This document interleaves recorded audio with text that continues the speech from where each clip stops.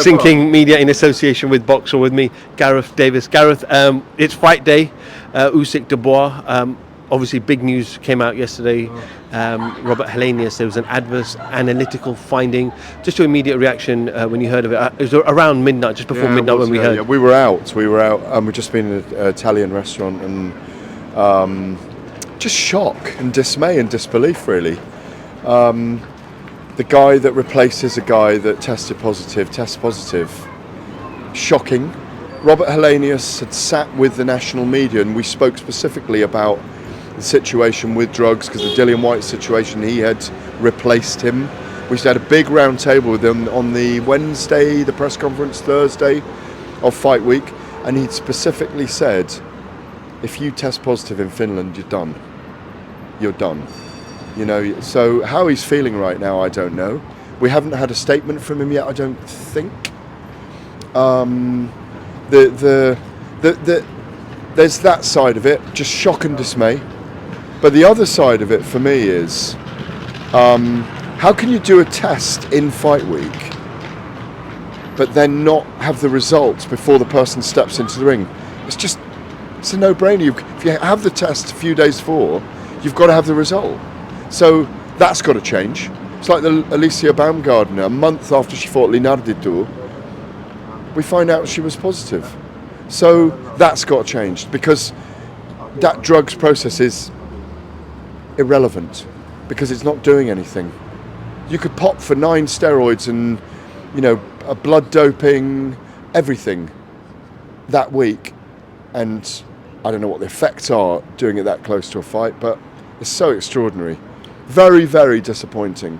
Gareth, with your knowledge, if a test has taken place a day before, which it was on the 11th, yeah, how soon takes an hour. Takes an hour. You've got to get it to the lab. They analyse it. How long do you think it takes to do these things? It's resources and money, in my view.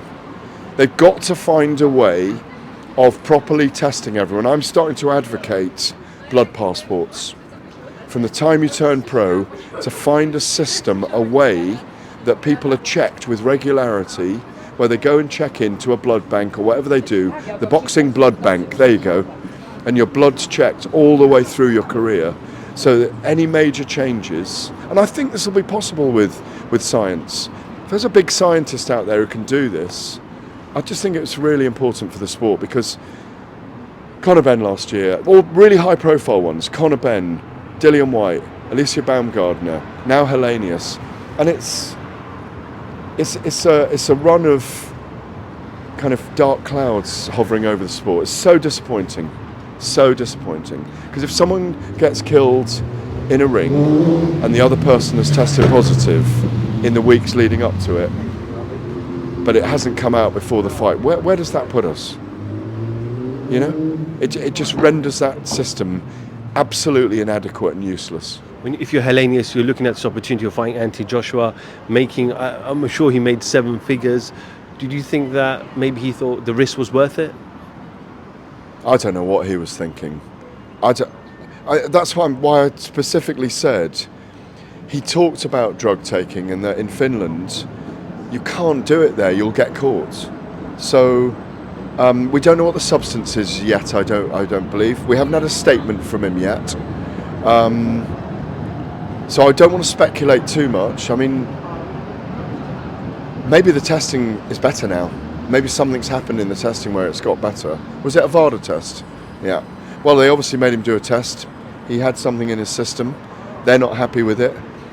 But they should have found it out. The key is they should have found it out, and they should have stopped him going ahead and fighting. Then he'd have fought Gerald Washington.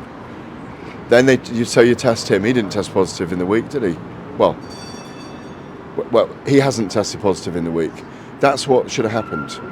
You know, it's not good enough. Gareth, we know VADA testing is very expensive, and there's a lot of negative criticism towards Matchroom and Eddie Hearn that their fighters are the ones that are failing these tests.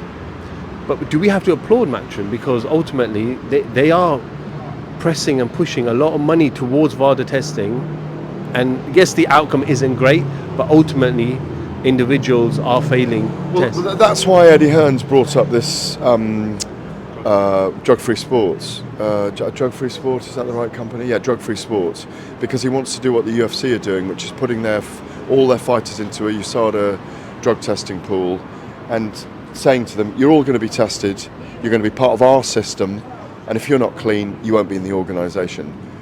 But the trouble is, to make that effective across all the organisations and all the sanctioning bodies, a Matchroom going to say, well, anyone that fights any one of our fighters now have got to do that as well. If other promoters don't agree with that, then it's not going to work as a system.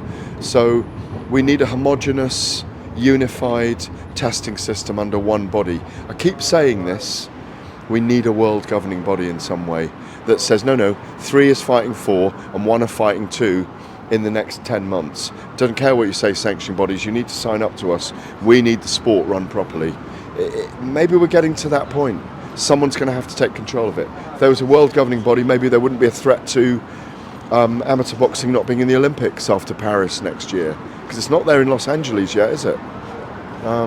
So yeah, it's not really what I want to be talking about on the day of a fight. I've had my bike ride, going to shower up, get a rain mech, one of those ponchos, and hopefully DDD can make it a spectacular event tonight. I hope he's